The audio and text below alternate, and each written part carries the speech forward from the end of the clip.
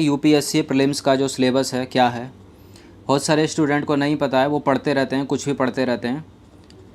तो इसलिए सिलेबस पता होना चाहिए। कुछ को पता भी है, जिनको पता है वो भी इस वीडियो को अच्छे से देखें। तो आईएएस, आईपीएस, आईएफएस किसी का भी एग्ज़ाम देना हो, सबका एक ही सिलेबस है, कुछ भी आपको बनना हो। और मेंस का जो सिलेबस है उस पर वीडियो बना चुका हूँ, उसका लिंक इस वीडियो के नीचे डिस्क्रिप्शन में है।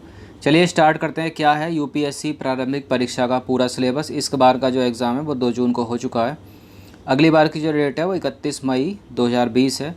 अच्छे से प्रिपेयर करते रहिए। 10 से 11 महीने का टाइम है, मैं भी कंप्लीट करा रहा हूँ और डेली प्रैक्टिस सेट लगवा रहा हूँ ताकि बाद में आपका जो बर्डन है वो कम हो जाए। तो चलिए स्टार्ट करते हैं। देखिए, कोई भी एग्ज़ाम आप दे रहे हो, चाहे वो यूपीएससी का हो, स्टेट पीसीएस का या कोई भी अदर एग्ज़ाम, उसका सिलेबस एक बार ज़रूर देख लो। कुछ भी पढ़ने से अच्छा, व्यर्थ का पोथी पढ़ने से अच्छा ये है ना कि एग्ज़ाम में पूछा गया था उससे रिलेटेड पढ़ा जाए, अपना समय बचाया जाए। इसलिए कोई भी एग्ज़ाम जो आजकल कोई भी आयोग लेता है उसका सिलेबस डाल देता है। अच्छे से उस सिलेबस को पहले देखो, उसका नोटिफिकेशन डाउनलोड करो, हिंदी इंग्लिश दोनों में होता है अधिकतर, तो पता चले ना कि सिलेबस क्या है उसका। तो एक बार सिलेबस देखो तभी पढ़ो, क्योंकि हर एग्ज़ाम आजकल अपना सिलेबस दे रहा है और अच्छे से डिफ़ाइन कर रहा है। यूपीएससी ने भी अच्छे से डिफ़ाइन किया है। तो चलिए स्टार्ट करते हैं। क्या है यूपीएससी का सिलेबस। संघ लोक सेवा आयोग द्वारा आयोजित सिविल सेवा प्रारंभिक परीक्षा का पाठ्यक्रम देखते हैं क्या है। तो देखिए, 2011 में आया था सीसेट, 2011 में आया था सीसेट, उससे पहले सीसेट नहीं था। तो नई परीक्षा प्रणाली के अनुसार 2 प्रश्न पत्र होने लगे प्रारंभिक परीक्षा में। एक तो पहला प्रश्न पत्र सामान्य अध्ययन का, जबकि दूसरा प्रश्न पत्र सिविल सेवा अभिवृत्ति परीक्षा मतलब सीसेट का। सीसेट का पूरा नाम है civil services aptitude test. CSAT कहा जाता है सेकंड पेपर को। सेकंड पेपर जो है इसका क्वालिफाइंग पेपर है। और दोनों प्रश्न पत्र जो हैं वो 200-200 अंकों के हैं। पहला प्रश्न पत्र वो सामान्य अध्ययन बोला जाता है, सामान्य अध्ययन 1, जिसमें 1 अंक 2-2 अंकों का होता है। एक प्रश्न 2-2 अंकों का होता है, जिसमें 100 प्रश्न पूछे जाते हैं। जबकि जो दूसरा पेपर होता है जो सीसेट का होता है, उसमें 2.5-2.5 अंकों के प्रश्न पूछे जाते हैं। मतलब एक प्रश्न 2.5 अंक का है और टोटल प्रश्न 80 पूछे जाते हैं। दोनों प्रश्न पत्रों में निगेटिव मार्किंग है कितने की, 1/3 की।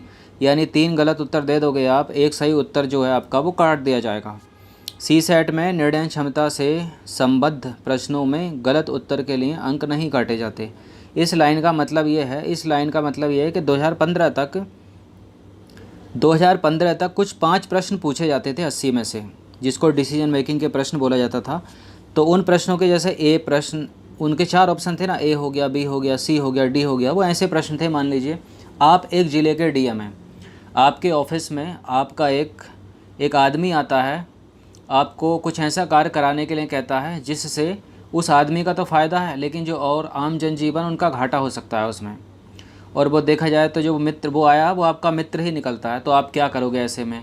उसको मतलब वो चीज़ जो मांग रहा है उसको प्रोवाइड कर दोगे दूसरी पब्लिक का घाटा करके, या फिर आप इस तरह से किस तरह से देखोगे? इस तरह के प्रश्न आते थे। तो उसमें होता क्या था, एक बेस्ट आंसर होता था, फिर उससे हल्का बेस्ट होता था, फिर उससे नॉर्मल होता था, फिर दूसरा बिल्कुल ख़राब आंसर होता था। मतलब उसमें आप टॉप का जो आंसर दोगे ना तो उसमें आपको 2.5 अंक मिलेंगे। उससे सस्ता आंसर दोगे आपको, मतलब उससे कमज़ोर दोगे तो आपको 2 अंक मिलेंगे। फिर ऐसे घटते घटते उसमें अंक मिलते थे, मतलब 1 अंक तक मिलता था 2.5 में से, या 1.5 तक मिलता था। तो उन प्रश्न के निगेटिव नहीं होते थे। अब वो 2016 से हटा दिया गया है। अब 80 के 80 जो प्रश्न पूछे जाते हैं उन सब में अगर आप गलत उत्तर दोगे तो आपका निगेटिव होगा। चलिए, उम्मीद है बात समझ में आ गई होगी। चूँकि अब सीसेट पेपर को क्वालिफाइंग कर दिया गया है, इसलिए प्रारंभिक परीक्षा पास करने के लिए आपको सीसेट के पेपर में 33% अंक लाने पड़ेंगे। मतलब 66 अंक लेकर आ जाओ या 27 प्रश्न सही कर दोगे। 27 प्रश्न सही कर दोगे तो उसका मतलब ये है कि आप 66 अंक लेकर आ गए। अगर आप ऐसा नहीं कर सकते हो, इससे कम लाते हो, तो आपकी कॉपी चेक नहीं होगी, मतलब आपको फेल माना जाएगा उस परीक्षा में। दोनों पेपर में फेल माना जाएगा। तो कट ऑफ का निर्धारण सिर्फ प्रथम प्रश्न पत्र के आधार पर किया जाता है, ये भी ध्यान रखिए, यानी सामान्य अध्ययन का पेपर 1। अब देखते हैं सामान्य अध्ययन के पेपर 1 का सिलेबस क्या है।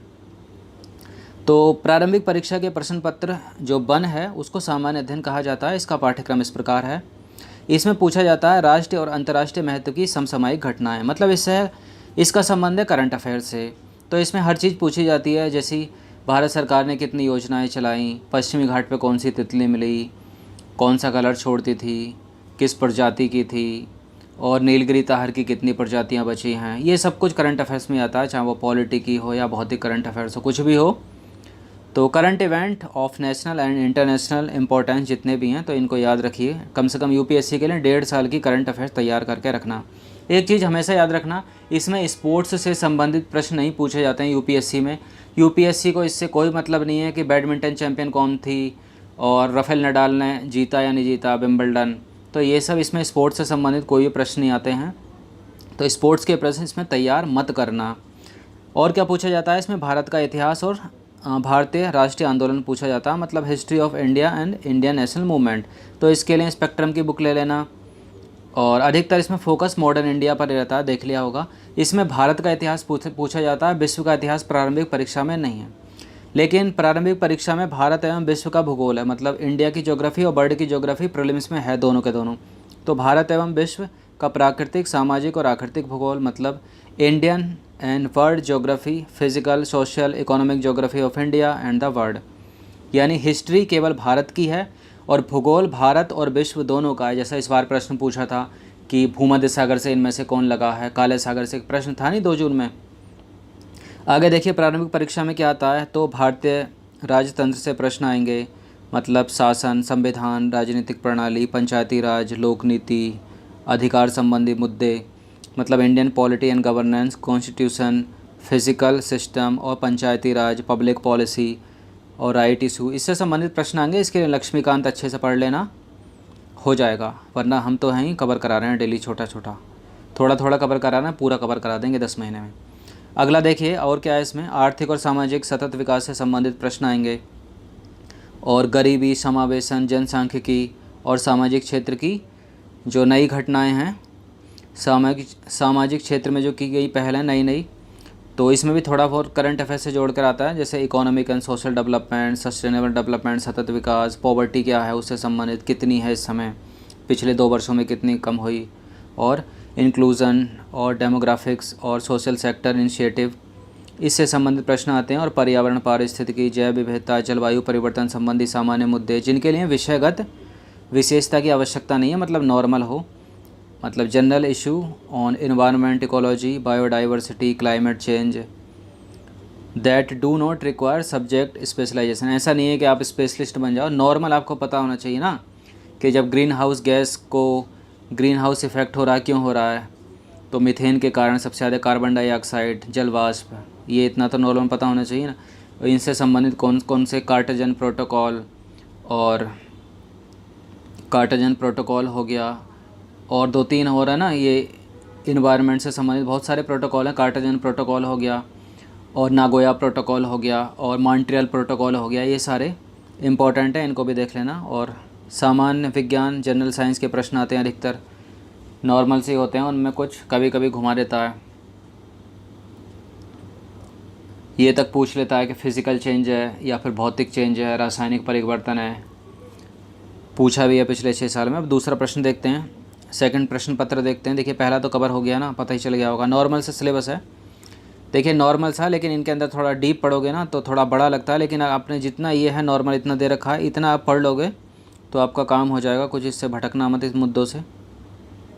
यही सब सिलेबस है, इससे अच्छा सा इसका रिवीजन कर लीजिए। सेकंड पेपर देखते हैं, सीसेट में क्या क्या पूछा जाता है, सबको पता होगा। तो प्रारंभिक परीक्षा में जो प्रश्न पत्र 2 है वो सीसेट का है। इसका पाठ्यक्रम इस प्रकार है, कॉम्प्रिहेंशन पैसेज पूछा जाएगा, जिसको बोधगम्यता बोलते हैं। और क्या आएगा, interpersonal skills including communication skill, जिसको बोला जाता है संचार कौशल सहित अंतर्वैयक्तिक कौशल। सीसेट का पेपर देख ही लिया होगा आपने।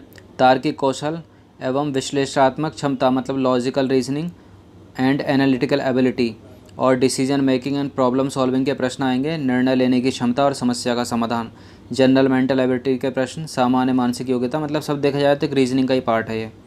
और क्या होगा, आधारभूत अध्ययन, संख्याएं और उनके संबंध, विस्तार क्रम आदि 10वीं कक्षा तक। थोड़ा हिंदी में क्लिष्ट है, जैसे चार्ट, ग्राफ, तालिका, आंकड़ों की पर्याप्तता से संबंधित प्रश्न आएंगे 10वें स्तर तक।